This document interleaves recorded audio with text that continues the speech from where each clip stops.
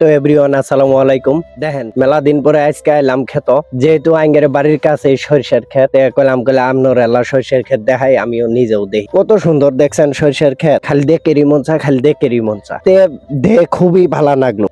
আপনারা যারা ঢাত খায় এত সুন্দর দৃশ্য কিন্তু দেখান না, খালি সরিষা আর সরিষা, যে যেনুই তাকাই সেনুই খালি সরিষা আর সরিষা। আজকে একটা নিউজে দেখলাম, কোনো জানি আমার ঠিকানাটা ঠিক মনে নাই, কোনো জানি দেখলাম যে সরিষার ক্ষেত মধ্যে সরিষার খেতাল্লা বাঁশ নিয়ে খারই আছে। কারণ এইখানে মানুষ আয়ে সেলফি টেলফি তুলে ভালা কথা, সেলফি তুলে ভালা কথা, খেতাল্লা কিছুই করে না, কিন্তু মানুষ এলে নষ্ট করে। এই যে সরিষার গাছগুলি যে নষ্ট করে, তাহলে ওই জায়গাটা কোনো ফসল হইতে আসে না। আপনারা কিসের জন্য তাহলে কৃষকের ক্ষতি করেন? কৃষকের জন্যই আমরা সবাই বাইসে আছি। এই কৃষকরাই আমাদের জন্য ফসল ফলায়, তাহলে আমরা কৃষকদের কিসের জন্য ক্ষতি করব? আমরা আসলে মাঝে মাঝে বিবেকহীন হয়ে যাই। তো আমি আপনাদের অনুরোধ করব, আপনারা সেলফি তুলবেন ভালা কথা, সেলফি তুলবেন, ছবি উঠবেন, ভিডিও করবেন, টিকটক করবেন ভালা কথা, কিন্তু কৃষকে করে ক্ষতি করেন। দেন কত সুন্দর দৃশ্য, খালি দেখেরই মোচা। কিন্তু একটা জিনিস খেয়াল করলাম, সব মাথায় ফুল গইলে হলুদ কিন্তু এই মাথা ফুল গইলে সাদা আর হলুদ দোয়াটাই, সাদাও হলুদ।